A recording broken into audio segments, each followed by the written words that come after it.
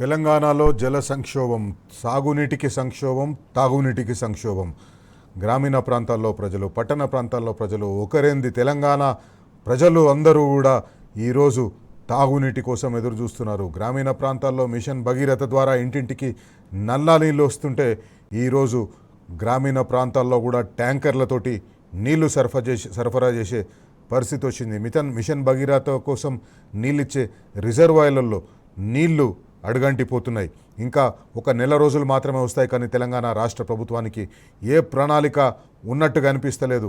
తెలంగాణ రాష్ట్ర ప్రజలను వాళ్ళ మానన వాళ్ళు వదిలేసి ముఖ్యమంత్రి రేవంత్ రెడ్డి ఢిల్లీ పర్యటనలు లేదా ఇతర రాష్ట్రాల పర్యటనలు, పక్క రాష్ట్రాల ముఖ్యమంత్రితో చెట్టాపట్టాలు వేసుకొని తిరగడాలు, వ్యాపారాలు వృద్ధి చేసుకోవడాలు, భూములు సంపాదించడాలు, ఇవే తెలంగాణ రాష్ట్రంలో మంత్రులు చేస్తున్నది, తెలంగాణ రాష్ట్రంలో ఉన్న కాంగ్రెస్ పార్టీ ప్రభుత్వం చేస్తున్నది. దినేష్ చౌదరి గారు మనతో ఉన్నారు. దినేష్ చౌదరి గారితో మాట్లాడదాం, బరాబర్ అడుగుదాం. దినేష్ చౌదరి గారు, ఈరోజు మనం చూస్తున్నాం తెలంగాణలో సాగునీటికే కాదు తాగునీటికి కూడా కష్టాలు వచ్చే పరిస్థితి ఏర్పడింది. సరే, సాగునీటి కష్టాలకు కారణం ఏంటంటే గోదావరిలో వృధాగా పోతున్న జలాల్ని ఎత్తిపోయకపోవడం వల్ల సాగునీటి కష్టాలు అనుకుందాం. కానీ ఆ నీరు ఎత్తిపోయకపోవడం వల్ల తాగునీటికి కూడా కష్టాలు వచ్చే పరిస్థితి ఏర్పడింది. ఏమంటారు?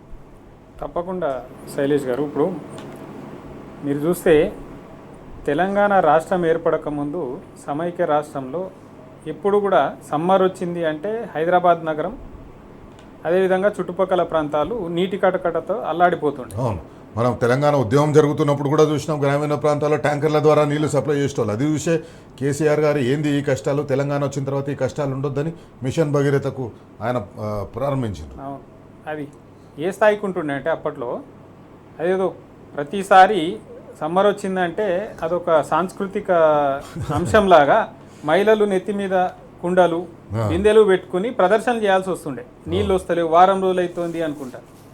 అటువంటి కష్టాలను అన్నింటినీ కూడా కేసీఆర్ గారు రాగానే ఒక ఆలోచన చేశారు.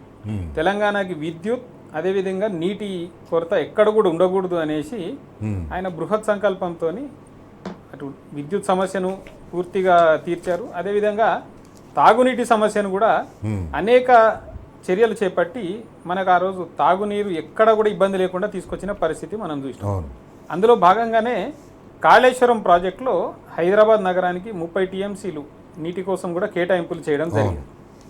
అందువల్ల ఎప్పుడు కూడా హైదరాబాద్ నగరంలో మనం ఈ గడిచిన 10 సంవత్సరాలలో కేసీఆర్ గారు పాలన ఉన్నప్పుడు ఏ రోజు కూడా ప్రజలు నీటి కోసం రోడ్డు ఎక్కిన సందర్భం చూడాలి. యాక్చువల్గా ఏమైందంటే తెలంగాణ రాష్ట్రం ఏర్పడక ముందు హైదరాబాద్లో చాలా కాలనీలు వచ్చినాయి, కానీ ఎవరికి కూడా నీటి సరఫరా చేయాలి. నాకు తెలిసి మణికొండ దగ్గర కూడా నీటి ఇంటింటికి నీళ్ళు ఇచ్చే పైప్ లైన్లు కానీ అవన్నీ ఏమీ చేయలేదు. మణికొండలో మొత్తం తెలంగాణ రాష్ట్రం ఏర్పడే వరకు మణికొండ మొత్తం కూడా బోర్ వాటర్ మీద డిపెండ్ ఉండేది. కానీ తెలంగాణ రాష్ట్రం ఏర్పడ్డ తర్వాత అట్లాంటి ప్రాంతాల్లో కూడా ఇంటింటికి నల్ల నీళ్ళు వచ్చినాయి. ఇంటింటికి నల్ల నీళ్ళు వచ్చినాయి, రావడమే కాదు సమృద్ధిగా వచ్చినాయి.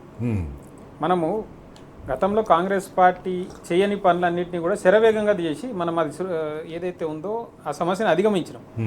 గోదావరి జలాలను నగరానికి తీసుకొచ్చేసి దాని ద్వారా అత్యధికంగా మనం ఆ కొరత తీర్చినాం. అయితే ఈరోజు పరిస్థితి ఏంటంటే రేవంత్ రెడ్డి గారు మరి అధికారంలోకి వచ్చే నాటికే ఒక మాట అన్నాడు, వచ్చి రాగానే నేను ఆనాటి రోజులు తీసుకొస్తా అనుకుంటాను. ఆనాటి రోజులు ఏదో గొప్ప రోజులు అయినట్టు ఆనాటి రోజులు ఈ నీటి కటకటని తీసుకొచ్చిండు. అదే ఆనాటి రోజులలో ఈ నీటి కటకటనే ఉండే కదా.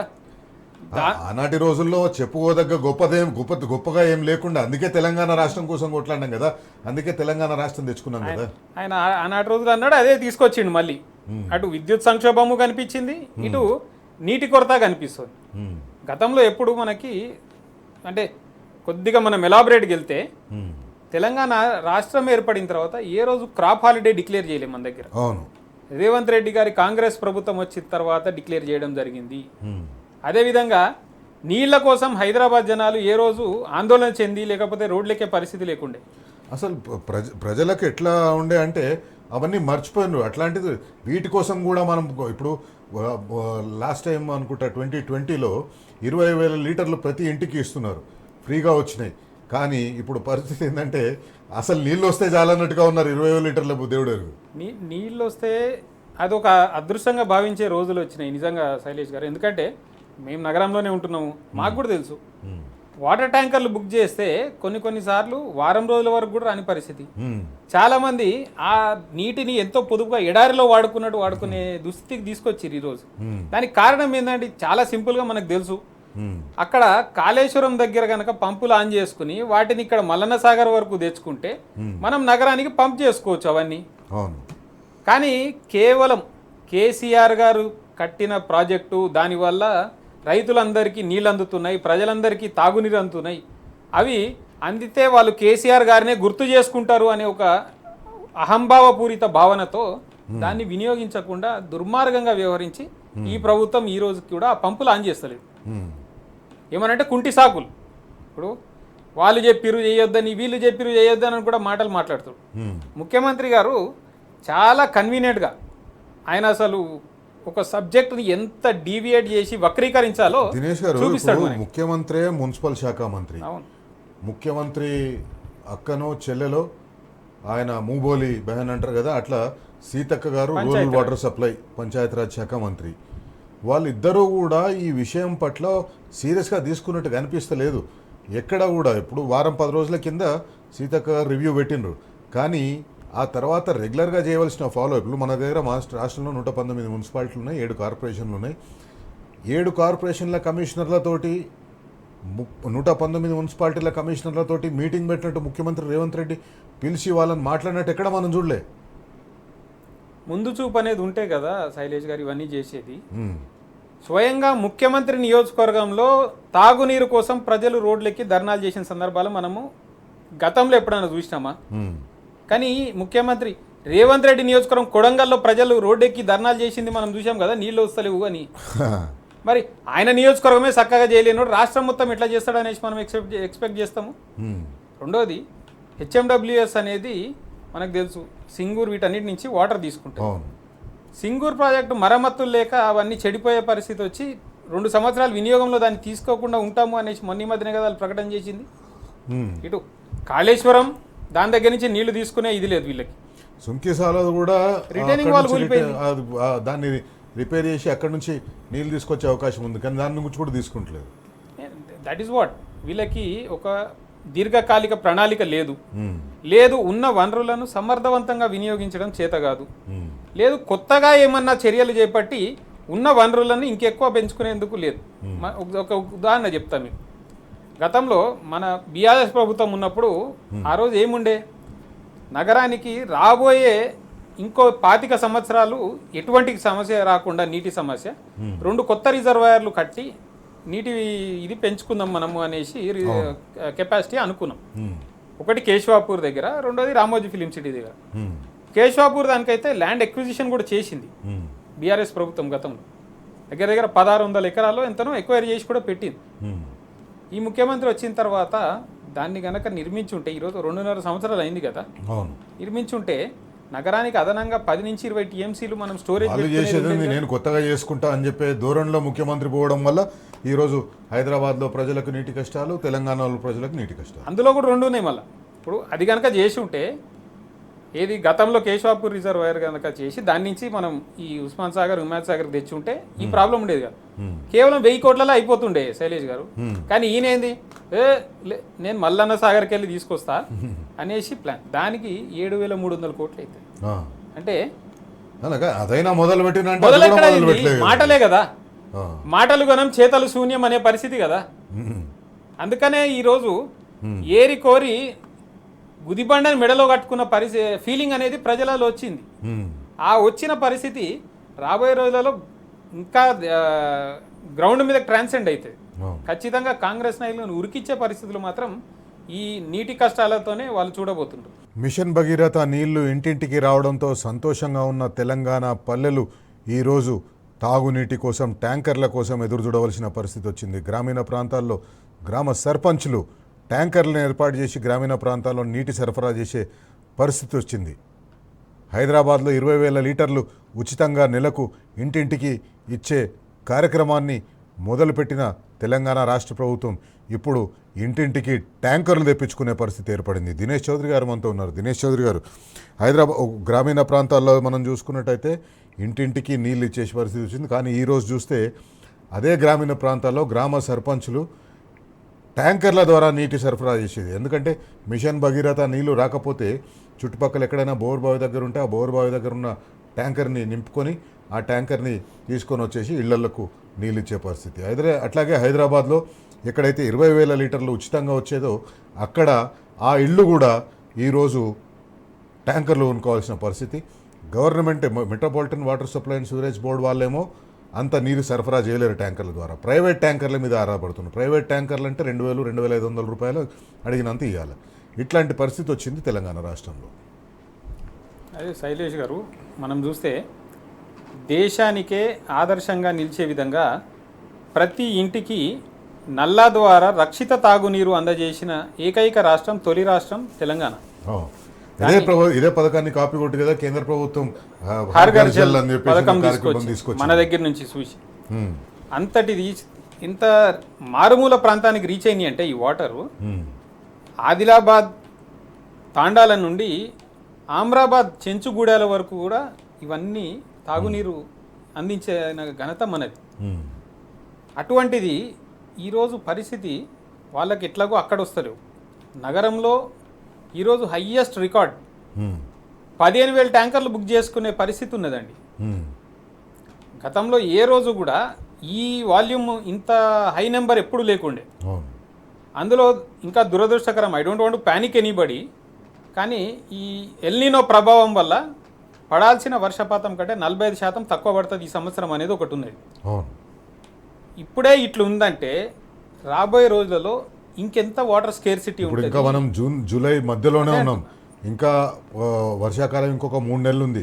కానీ ఈ 3 నెలల్లో కనుక ఈ వర్షాలు సరిగా పడకపోతే పరిస్థితి ఇట్లనే కొనసాగితే ఆగస్టు దాటిన సెప్టెంబర్ నుంచి తీవ్ర జల కొరత ఏర్పడే అవకాశం ఉంది. అదే చెప్తున్నా. అండ్ అన్ఫార్చునేట్లీ స్టేట్ గవర్నమెంట్కి ఎటువంటి ప్రణాళిక లేదు. కొన్ని కనీసం ప్రతిపక్షాలు సూచనలు ఇస్తున్నాయి, నిపుణులు సూచనలు ఇస్తున్నారు, రిటైర్డ్ ఇంజనీర్లు సూచనలు ఇస్తున్నారు.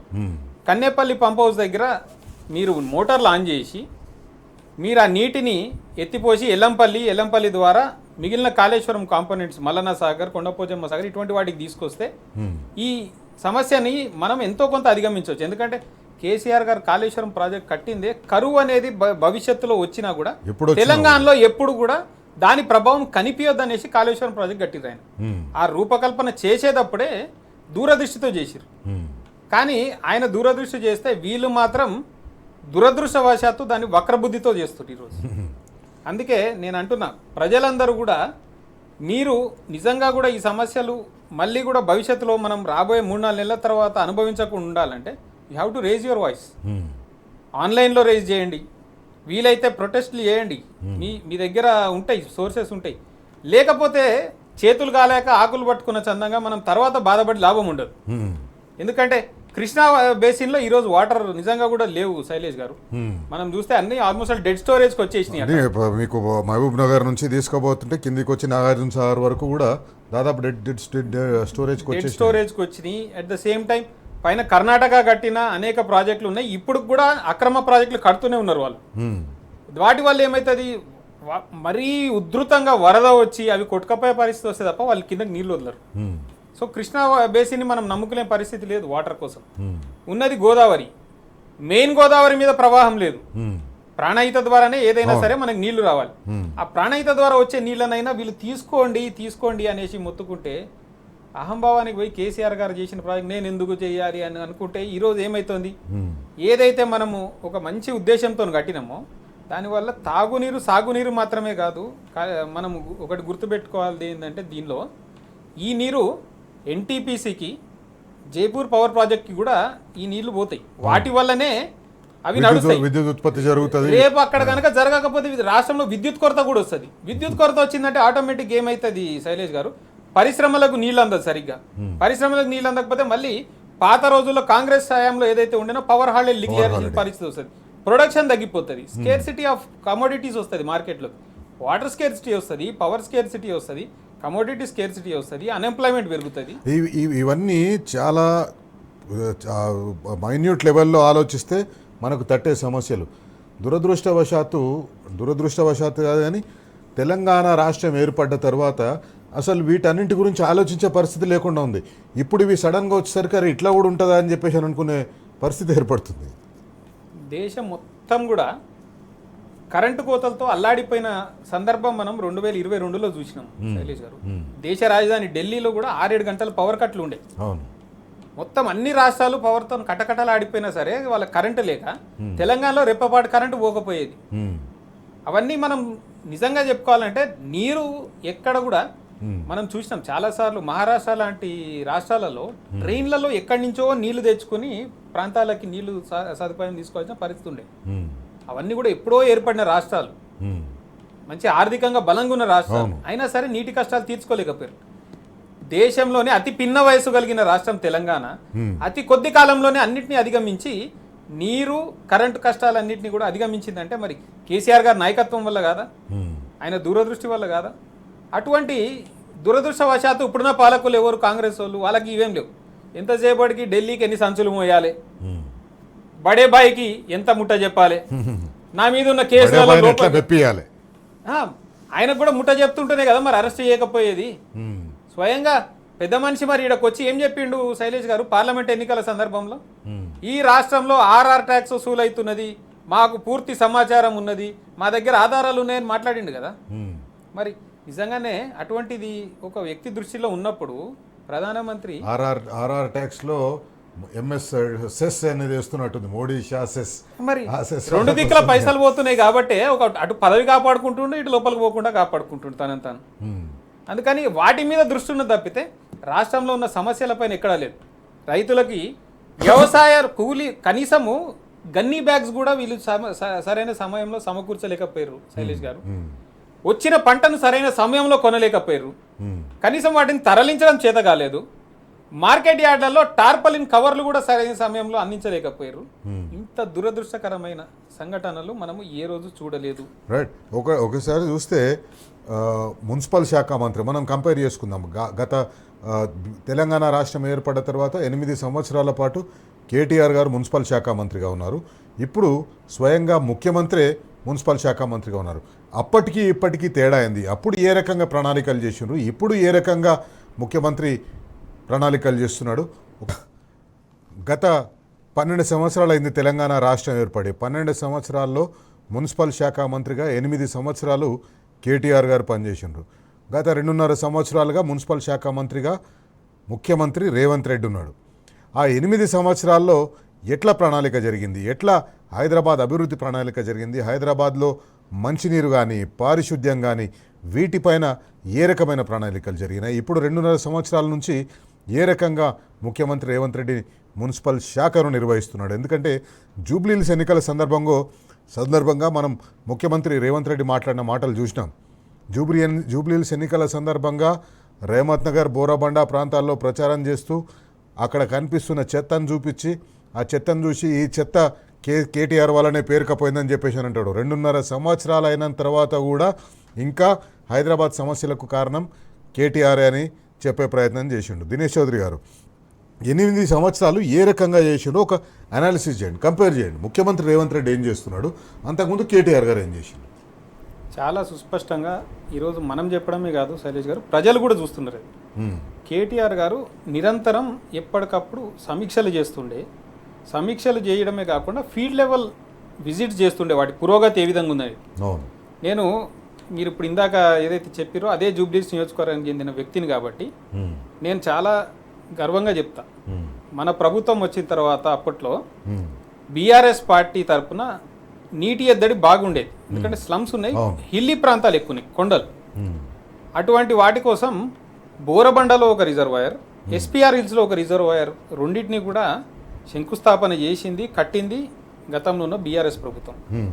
దాని ద్వారా నేను ఒక విషయం చెప్తే మీరు ఆశ్చర్యపోతారు. 2017లో ఇప్పుడు దివంగత శాసనసభ్యులు మాగంటి గోపీనాథ్ గారి కార్యాలయంలో నేను కూర్చొని మాట్లాడుతున్నాం. ఆ సమయంలో రేమత్ నగర్ అని ఒక ప్రాంతం ఉంటుంది, ఒక కాలనీ.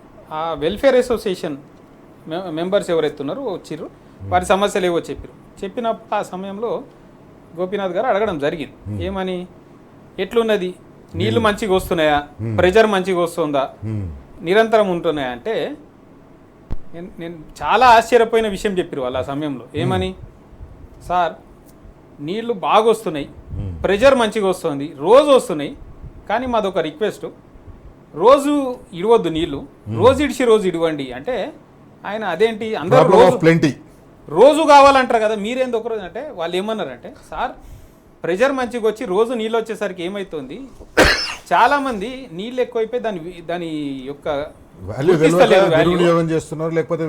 పైపులు పెట్టి రోడ్ల మీద కార్లు బైక్లు కడుగుతున్నారు, ఆ నీళ్లు ఒక ప్రవాహంలాగా రోడ్డు మీదనే వెళ్ళిపోతున్నాయి, కాబట్టి మీరు ఒకరోజు ఇడిచి ఒకరోజు ఇడిచి అడిగే పరిస్థితి అప్పట్లో. ఇప్పుడు అదే మీరు కనుక వాళ్ళ దగ్గరకు పోయిర్రంటే, బాబు మాకు రోజు ఇడిచి రోజు కాదు 2 రోజులకు ఒకసారి వచ్చినా సంతోషమే అనే పరిస్థితులు ఉన్నాయి. వచ్చేది కూడా ప్రెజర్తో వస్తలేదు. సో ఆ పంపింగ్ అనేది కావాలంటే అసలు వాటర్ అవైలబిలిటీ ఉండాలి కదా శైలేష్ గారు. వాటర్ వర్క్స్ అధికారులు చాలా ఏదో పైకి మేకపోతే గాంభీర్యంతో డిసెంబర్ వరకు డోకా లేదు అనే మాటలు మాట్లాడుతున్నారు, కానీ నగరంలో రోజు రోజుకి పెరుగుతున్న ట్యాంకర్ బుకింగ్లే చెప్తున్నాయి నీటి సరఫరా అంత. వాళ్ళు అనేది డిసెంబర్ వరకు ట్యాంకర్లకు ప్రాబ్లం ఉండదు అని చెప్పేసి చెప్తున్నాడు. ట్యాంకర్లు ఎన్ని ట్యాంకర్లు కావాలి అని పంపిస్తాం డిసెంబర్ వరకు. అవి కూడా అడిగినప్పుడు వస్తే ప్రాబ్లం ఎక్కడ ఉంటుంది. చాలా మంది కంప్లైంట్ చేస్తున్నారు. అవి కూడా మనకు రేపు కావాలంటే ఈ రోజు బుక్ చేయాలి, లేకపోతే ఈ రోజు బుక్ చేస్తే 2-3 రోజులకు వస్తుంది. కాబట్టి వాళ్ళు ప్లానింగ్ కూడా సరిగా చేసుకోలేకపోతున్నారు. ఎప్పుడు వస్తుందో తెలియదు. 2-3 రోజులు కాదు, నేను చెప్తున్నా, చాలా నేను స్పష్టంగా ఫీల్డ్లో చూసిన, మాకు కూడా తెప్పించుకున్నాం కాబట్టి 4-5 రోజులు పడుతుంది ట్యాంకర్. అది ఎట్లా అనేది మనం ఈరోజు ఆలోచించుకోవాల్సిన పరిస్థితి. ఇప్పటికే ఇట్లున్నది, భూగర్భ జలాలు అడుగొంటి పోతూనే ఉన్నాయి రోజు రోజుకి. మరి ఎంతకాలం దీన్ని సమర్థవంతంగా చేయగలుగుతారు అనేది కూడా మనము, వారు చెప్పిన మాటలు కనుక పోతే ముఖ్యమంత్రి గారు చెప్పిన మాటలు లెక్కనే ఉంటాయి. ఆయన ఈ రోజు వరకు కూడా దీన్ని ఎట్లా చేయాలని తెలియదు. ఎందుకంటే మున్సిపల్ మంత్రిగా ఆయన దానిపైన ఎప్పుడు చిత్తశుద్ధితో ఏ రోజు చేయలేదు. ఎంతసేపటికి ఓసీల మీద ఏం ఆంక్షలు పెడదాం, టీడీఆర్ల మీద ఏం పెడదాం, ఇటువంటివి తప్పితే వీటి మీద ఎప్పుడు అట్లనే ఉన్నది కదా. ఎందుకంటే మొన్ననే చూసినాం మనం, ఏది మీకు సమ్మర్లో డీసిల్టింగ్ చేయాలి నాలాలన్నీ, అటువంటివి చేయకుండా వర్షాకాలం వచ్చినా కూడా ఆ పనులు మొదలు కాకపోతే వర్షాకాలంలో డీసిల్టింగ్ చేయడం కుదరదు మాత్రం కాదని కాంట్రాక్టర్లు చేతులు ఎత్తేసారు కదా. అంత ప్రణాళిక లేదు, ముందు చూపు లేదు. కాబట్టి ఇటువంటి వాళ్ళని నమ్ముకుని నగర ప్రజలు మరి ఈ కష్టం ఎట్లా గట్టెక్కాలనేది నిజంగానే రాబోయే రోజులు చాలా చాలా. అందుకే టీ న్యూస్ తరఫున కూడా ప్రజలకు విజ్ఞప్తి చేస్తున్నాను, ప్రభుత్వం మీకోసం ఏం ప్లాన్ చేస్తలేదు. కాబట్టి మీరు నీళ్ళను జాగ్రత్తగా వాడుకోవాలి, మీరు అప్రమత్తంగా ఉండాలి, మీరు నీళ్ళను వృధా చేయొద్దు. ప్రభుత్వం మీకోసం ఏదో వచ్చి చేస్తుంది అనేది ఇంకా మీరు మర్చిపోవాలి. ఎందుకంటే ఎక్కడ కూడా ముఖ్యమంత్రి రేవంత్ రెడ్డి ఈ సమస్య మీద మాట్లాడుతున్నట్టు కనిపిస్తలేదు. ఈ సమస్య మీద నగరంలోని ఎమ్మెల్యేలతో కూర్చొని మాట్లాడుతున్నట్టు అనిపిస్తలేదు. ఇంతకుముందు చెప్పినట్టుగా తెలంగాణలో 119 119 మున్సిపాలిటీలు ఉన్నాయి, అట్లాగే 7-9 కార్పొరేషన్లు ఉన్నాయి. వీటన్నింటికి సంబంధించిన కమిషనర్లతోటి మాట్లాడతలేరు. నార్మల్ అయితే మున్సిపల్ శాఖ మంత్రి వీడియో కాన్ఫరెన్స్ తీసుకోవాలి వీళ్ళందరితోటి. ఇట్లాంటి సీజన్లు నార్మల్గా అయితే ఎండాకాలం మొదలవుతున్నప్పుడే తీసుకుంటారు, కానీ ఇప్పుడు తీవ్ర నీటి కొరత ఏర్పడే అవకాశం ఉందని తెలిసినప్పుడు ఇప్పుడు ఖచ్చితంగా ఆ వీడియో కాన్ఫరెన్స్లు తీసుకోవాలి. రెగ్యులర్గా వాళ్ళతోటి మానిటర్ చేయాలి, ఎక్కడెక్కడ ఏమేమి సమస్యలు ఉన్నాయి, ఏమేమి నిధులు అవసరం ఉంది, ఇవన్నీ కూడా అడిగి తెలుసుకొని కావాల్సిన నిధులను ఏర్పాటు చేయాలి, కావాల్సిన వాహనాలను ఏర్పాటు చేయాలి, కావాల్సిన నీటిని ఎక్కడికైనా తోడుకునేటట్టు అవకాశం ఉంటే వాటి ఏర్పాటు చేయాలి. కానీ ఇప్పటివరకు ఏది కూడా అట్లా చేస్తున్నట్టు కనిపిస్తలేదు. అదే స్పష్టంగా తేడా బీఆర్ఎస్ పార్టీ అధికారంలో ఉన్నప్పుడు, ఇప్పుడు కాంగ్రెస్ పార్టీ అధికారంలోకి వచ్చిన తర్వాత. కేటీఆర్ గారి దగ్గర మీరు ఎప్పుడైనా గుర్తుపెట్టుకోండి, ఆయన స్వయంగా ఒకవేళ వెళ్ళలేకపోతే ఎవరైనా కనీసం ఎక్స్లో పోస్ట్ చేసినా సరే తక్షణం రెస్పాండ్ అయ్యి అధికారులని please look in to this అనుకుంటే ట్యాగ్ చేస్తే తక్షణం పనులు అవుతుండే. శైలేష్ గారు, ఈరోజు ముఖ్యమంత్రిని ఎవడు కలవాలి, ఎక్కడ కలవాలి, ఆయన ద్వారా ఆదేశాలు ఎట్లా రావాలి, శాసనసభ్యులేమో స్వయంగా ఏ పరిస్థితులు ఉన్నారంటే వాళ్ళ సమస్యలు చెప్పుకొని తీర్చుకునే పరిస్థితి వాళ్ళ లేదు. ఒకళ్ళేమో ప్రపంచ బ్యాంక్కే డైరెక్ట్గా లెటర్ రాస్తారు, మాకు నిధులు ఏదో ఇవ్వండి మేము చేసుకుంటామని. ఇంకొక ఆయనేమో మేము గ్రామాలలో తిరగలేని పరిస్థితి ఉన్నది, మాకు నిధులు లేవు, నిధులు సరిపోతలేవు అనుకుంటా ఇంకొక ఆయన చెప్పిండు. స్వయంగా ప్రజల ముందు చెప్పుకున్నారు కదా వాళ్ళు ఈ బాధలన్నీ. కాబట్టి ఈ ముఖ్యమంత్రికి ఆ ముందు చూపు లేదు, లేకపోతే ఏదైతే దీన్ని ఎట్లా క్రైసిస్ మేనేజ్మెంట్ చేయాలి అనేది లేదు. ఎంతసేపటికి ఆయన రాజకీయ ప్రయోజనాల కోసం మాట్లాడు, లేకపోతే మీ తోలు తీసి గోడ కారేస్తా. ఇక్కడ చూస్తే ఏమవుతుందంటే కాంగ్రెస్ పార్టీ ఎమ్మెల్యేలు ఉన్నారు చాలా మటుకు పట్టణాలలో. హైదరాబాద్లో అంటే వాళ్ళకు 1-2 ఉన్నారు అంతేగాని మిగతా జిల్లా హెడ్ క్వార్టర్స్లో కానీ అక్కడ అని అంతా కాంగ్రెస్ పార్టీ ఎమ్మెల్యేలు ఉన్నారు. వాళ్ళు కూడా ముఖ్యమంత్రి మీద ఒత్తిడి తీసుకొచ్చే ప్రయత్నం చేస్తున్నట్టుగా అనిపిస్తలేదు. చెప్తున్నా కదా, ఇప్పుడు ఆవు చేలో మేస్తే దూడ గట్టును మేస్తుందా? ముఖ్యమంత్రి ఢిల్లీ చుట్టూ చక్కర్లు కొట్టుకుంటా తను ఏ విధంగా చేస్తుండో చూసి వీళ్ళు కూడా మళ్ళీ వచ్చేది ఉన్నదా లేదా, మనం తర్వాత సంగతి, ఫస్ట్ ఉన్నప్పుడైతే మనం ఏదైతే ఉన్నదో జాగ్రత్త చేసుకుందాం, నింపుకుందాం మనది సంచులు అనుకుంటా వాళ్ళు కూడా అదే పనులు ఉన్నారు. ప్రజా సమస్యలపైన వాళ్ళు కూడా ప్రజలు మాత్రం గాలికి వదిలేసినారు. ప్రజలు అష్ట కష్టాలు పడుతున్నారు. నీళ్లు గాల్లో దీపం లాగా ప్రజల పరిస్థితి అయింది శైలేష్ గారు. రియాక్ట్ కూడా పెద్దగా ప్రజలు ఇంకా నార్మల్గా ఏమవుతుందంటే ప్రజాస్వామ్య దేశంలో ప్రభుత్వాలు ఉన్నప్పుడు ఏదైనా ఆందోళన చేస్తేనో లేదా ఏదైనా కార్యక్రమం చేస్తేనో ప్రభుత్వాలు దిగొస్తాయని చెప్పేసి చేస్తారు. కానీ ఈ ప్రభుత్వం అట్లాంటి ఆందోళన వాటిని కూడా పట్టించుకున్నట్టుగా కనిపిస్తలేదు. అందుకే ప్రజలు ఇక వీళ్ళని అడిగి కూడా వేస్ట్, మన టైం వేస్ట్ అన్నట్టుగా ఉన్నట్టుగా అనిపిస్తుంది. అంటే వచ్చినప్పుడేమో చాలా పెద్ద పెద్ద మాటలు చెప్పొచ్చారు. మాది ప్రజాపాలన, మాది ప్రజాస్వామ్య పాలన, ఇది ప్రజల ప్రభుత్వం అనుకుంటా మాటలు చెప్పారు. కానీ పరిస్థితి ఏంది? ప్రజలు ఎక్కడైనా నిరసన తెలియజేయాలి అనుకుంటే నిర్బంధాలు, హౌస్ అరెస్టులు, అక్రమ కేసులు, ఇవే కదా. ఆఖరికి కేటీఆర్ గారు కన్నేపల్లి పంప్ హౌస్ దగ్గర నీటి ప్రవాహం ఉన్నది, అది మీకు చూపిస్తాను, వాటిని ఆన్ చేయండి అనేసి ఒక సింబాలిక్ ప్రొటెస్ట్ కోసం అడగబోతుంటే అడుగడుగున ఎక్కడికక్కడ పోలీసుల ద్వారా అడ్డుకునే ప్రయత్నం చేయడం, వాహనాలను అడ్డగించడం, ఆయనను బోనీకుండా అడ్డుకోవడం, ఇవన్నీ చేసి అక్కడ పోతే నీళ్లు ఉంటాయి, నీళ్లు చూపిస్తారు. ఆ నీళ్లు చూపిస్తే ప్రజలకు నిజంగానే వాస్తవాలు తెలుస్తాయి, ఈ ప్రజలు మళ్ళా ప్రశ్నించడం మొదలు పెడతారని చెప్పేసి భయం అనుకుంటా కాంగ్రెస్. అంతే కదా. వాళ్ళు ఎంతసేపు అబద్ధాలు. మొన్న కూడా ముఖ్యమంత్రి చెప్తుండు కదండి, ఏడున్నాయా నీళ్ళు, ఏడున్నాయి, ప్రవాహం ఏడున్నది, మోటార్ లాంచ్ చేయనికి అన్నాడు ఆయన. మరి అదే నిజంగా లేకపోతే ఇక్కడి నుంచి పోయిన నీటితోనే కదా పక్క రాష్ట్రం ఏపీ వాళ్ళు మోటార్ లాంచ్ చేసుకుని పట్టిసీమ ద్వారా తరలించుకుంటారు నీళ్లు. అవును. మరి ఈ నీళ్లు కాకపోతే వాళ్ళకి ఏడకెళ్ళి వస్తే గోదావరి ఇడకెళ్ళే కదా పోవాల్సింది అటు. కాబట్టి ఆయన తన అబద్ధాలు ఎక్కడ బయటపడతాయో అనేసి కేటీఆర్ గారు పర్యటనను కూడా అడ్డుకునే ప్రయత్నం చేసిరు. కానీ నిజంగా చెప్తున్నా, ఆ రోజు ప్రజల్లో చైతన్యం, బీఆర్ఎస్ కార్యకర్తలలో ఉన్న ఏదైతే పట్టుదల ఉన్నదో మొత్తం ఎన్ని అడ్డంకులు చేసినా అన్నిటికి బద్దలు కొట్టుకుని మరీ అడగబోయి ప్రజలకు కూడా వాస్తవాలు తెలిసినాయి. ఆ కార్యక్రమం తర్వాత ప్రజలు కూడా ఈరోజు రైతులు అడగడం మొదలుపెట్టిండ్రు. నీళ్లు కిందికి పోతుంటే మీరెందుకు ఎత్తిపోస్తలేరు అని చెప్పేసి అడగడం మొదలుపెట్టిండ్రు. అడగడమే కాదు, మొన్న ముఖ్యమంత్రి ఒక దారుణమైన మాట మాట్లాడింది శైలేష్ గారు. ఈ నీళ్ళు వస్తలేవు కదా, మరి పొలాలలో నీళ్ళు రావాలంటే ఎట్లా అనుకుంటా ఎవరు విలేకరు అడిగితే ఏముంది, వాళ్ళ రక్తం కోసి ఆడ చలితే అదే సరిపోతుంది పంటలు పండుతాయి. ఆ మాట అనగానే రైతులు నిజంగా కూడా అరే నీళ్ళు అడిగితే రక్తం గురించి మాట్లాడతావు నువ్వు అని ఈరోజు కొంతమంది రైతులు రక్తం చల్లిరండి పొలాలలో. ఆ విజువల్స్ కూడా మనం టీవీలలో చూసినాం. అంటే ఇప్పుడు ఆయన ఏం చెప్తాడంటే మీ రక్తం కాదు కేసీఆర్ రక్తం చల్లితే వస్తుందని చెప్పేసి అంటాడు ఆయన. ఆ స్థాయికి దిగజారు మాట్లాడే మనిషి. అటువంటి మాటలు మాట్లాడిన వాళ్ళని ఎవరు కూడా మనము మానసిక పరిస్థితి సరిగ్గా ఉన్న మనుషులు అనుకోలేము. మనం కేవలం సైకోపాత్లు మాత్రమే అటువంటి మాటలు మాట్లాడారు. ఎగ్జాక్ట్లీ.